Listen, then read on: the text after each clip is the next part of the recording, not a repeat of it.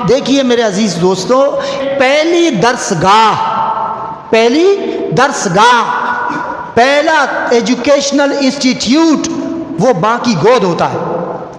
اسی لیے لوگ تو ماؤ زے تنگ کے حوالے سے کہتے ہیں، لیکن یہ بات درست ہے۔ ماؤ زے تنگ نے بھی یہ کہا کہ تم مجھے اچھی مائیں دے دو، میں تمہیں اچھی قوم اور ایک اچھی نسل دے دوں گا۔ یہ ماؤ زے تنگ نے کہا تھا، جو چائنا کا لیڈر تھا انقلابی۔ تو اسی طرح اسلام میں بھی اچھی ماؤں کی گودوں سے نابغہ روزگار ہستیاں پیدا ہوئی ہیں۔ جتنے بزرگ گزرے ہیں، حضرت غوث العظم کی والدہ کی قربانیاں آپ سے ڈکی چوبی نہیں ہیں۔ حضرت سلطان الہند عطائے رسول حضرت خواجہ خواجگاں معین الدین چشتی اجمیری رحمۃ اللہ تعالیٰ علیہ، آپ کی والدہ ماجدہ کمال کی ماں تھی۔ امام شافعی، امام اعظم ابو حنیفہ، ان بڑے بڑے بزرگوں کی ماؤں نے اپنی گود میں ان کو ایسی تعلیم اور ایسا درس پڑھایا کہ ان کے بعد جب وہ درسگاہ میں گئے تو ان کی بنیاد رکھی جا چکی تھی۔ حضور علیہ الصلوۃ والسلام نے بھی یہی فرمایا، اطلب العلم من المہد الی اللحد۔ حضور فرماتے ہیں کہ علم حاصل کرو ماں کی گود سے لے کر قبر تک۔ تو ماں اگر اچھی تربیت کرنے والی ہو، دیندار ہو، اتنا تعلیم ان کے پاس ہونا چاہیے کہ تاکہ وہ اپنے بچوں کی تربیت خود کر سکے۔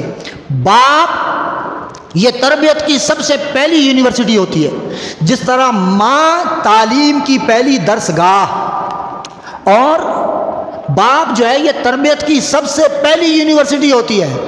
تو اب ہماری قوم کے ماں باپ کو اپنی ذمہ داریوں سے آگاہ ہو کر ان ذمہ داریوں کو پورا کرنا چاہیے۔ اب ہم اپنے بچوں کے ساتھ کیا کر رہے ہیں، یہ میں بڑے درد دل سے عرض کر رہا ہوں۔ گزشتہ رمضان المبارک میں بھی میں نے اس پر گفتگو کی تھی، اختصار کے ساتھ بات چیت کی تھی اور اس طرف اشارہ کیا تھا۔ اب ہو کیا رہا ہے، اب ہمارے یہاں یہ جو ایجوکیشنل انسٹیٹیوٹ ہیں، خاص طور پر جو پرائیویٹ اسکولز ہیں نا، پرائیویٹ اسکول، میں خود بھی اس کے اسکول چلاتا ہوں، لیکن یہ جو پرائیویٹ اسکولز ہیں نا، یہ اب جو ہے نا، مطلب یہ کہ پروفیشنلزم سے کمرشلزم کی طرف چلے گئے ہیں۔ ان کو صرف اپنے پیسے اکٹھے کرنے، کاروبار کرنا ہے۔ تو کم از کم ایک تعلیمی اداروں کو اس فلسفی پر نہیں چلنا چاہیے۔ میں آپ سے صحیح عرض کر رہا ہوں۔ اب اس کی کوتاہی کیا ہے، آپ پوری دنیا میں یہ جو ایجوکیشنل سسٹم چلتا ہے پوری دنیا کے اندر، اور ہم تو ابھی تک ذہنی غلام تو ابھی برطانیہ کے ہیں نا۔ سن 1947 میں ہم نے انگریزوں اور ہندوؤں سے آزادی تو حاصل کر لی، لیکن صرف ہم نے جغرافیائی آزادی حاصل کی ہے۔ حقیقت یہ ہے کہ ذہنی طور پر ہمارے آئلی قوانین، یعنی ہمارا سسٹم آف لا، یعنی جو قانونی نظام ہے اور تعلیمی نظام ہے، یہ دونوں انگریزی سسٹم پر چل رہے ہیں۔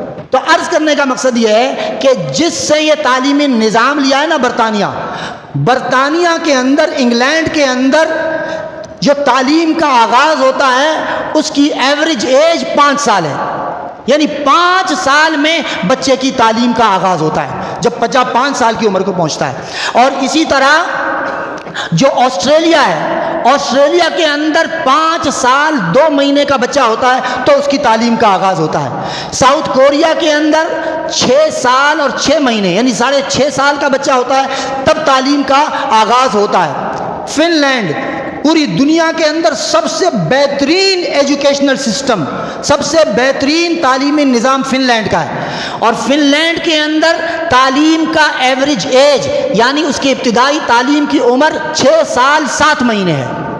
اسی طرح چائنا کے اندر، چین کے اندر جب بچے کی تعلیم کا آغاز کیا جاتا ہے تو اس کے بھی ایوریج ایج 6 سال اور 7 مہینے۔ سنگاپور کے اندر بھی جب بچے کی تعلیم کا آغاز ہوتا ہے تو 6 سال 7 مہینے۔ اب یہ بڑے بڑے ترقی یافتہ ممالک ہیں یہ، اور جن کے تعلیمی نظام کو ہم فالو کر رہے ہیں۔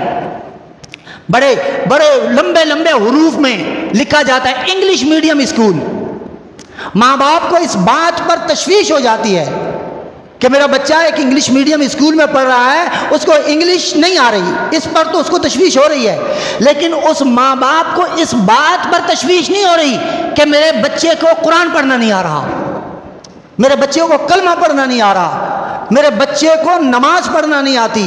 تو عرض کرنے کا مقصد یہ ہے کہ پہلے اب ایسی ماؤں کو کون سے ایسے کام پڑ گئے، پہلے تو اس کو 2.5 سال کی عمر کے اندر پہلا ظلم تو اس کے ساتھ یہ ہوا کہ اس کے بچپن چھین لیا۔ پھر یہی بچہ جب بڑا ہوتا ہے نا، ماں باپ کا نافرمان ہو جاتا ہے اور ماں باپ کو ٹائم نہیں دیتا، ماں باپ سے ہمدردی کا اظہار نہیں کرتا، تو وہ ماں باپ دوڑے ہوئے مولوی صاحب کے پاس آتے ہیں کہ جی وہ ہماری سنتا نہیں ہے، ہمارے پاس نہیں آتا۔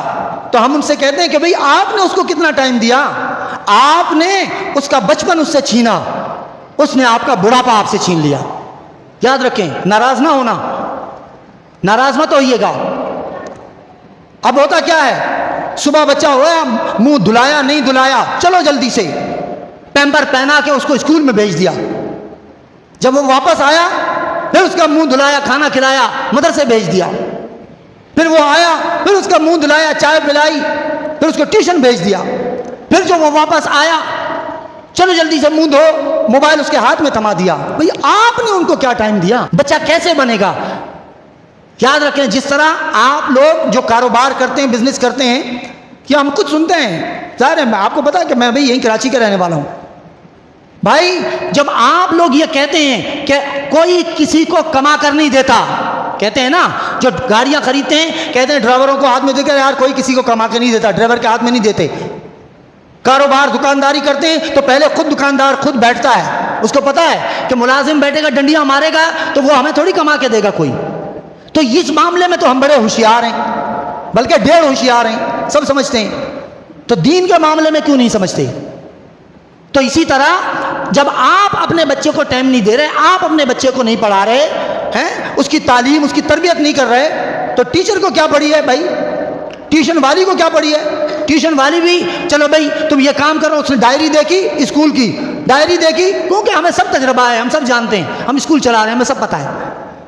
جب ہم پوچھتے ہیں ٹیوشن کرے، ٹیوشن والوں کا کام یہ ہے کہ جناب وہ صرف اسکول کا دیا ہوا کام کرواتے ہیں، اسکول میں پڑھایا جا رہا ہے تو اس کو ایکسٹرا ورک اس کو کہاں مل رہا ہے؟ جو اسکول میں پڑھایا انہوں نے ڈائری دیکھی، بس یہ پیش کروانا، یہ انہوں نے لکھوا دیا، اور اس نے کہا چلو بھی بیٹا کرو، اور وہ کچن میں جا کے ٹیوشن والی اپنی روٹیاں پکا رہی ہے، اور یہاں 4 گھنٹے کے لیے یہ ہوا۔ تو بھائی جب آپ اپنے اولاد کو، اپنے بچوں کو ٹائم نہیں دے رہے تو ٹیوشن والی کو، اسکول والے کو، مولوی صاحب کو، قاری صاحب کو، مدرسے والے کو، اس کو کیا پرواہ ہے؟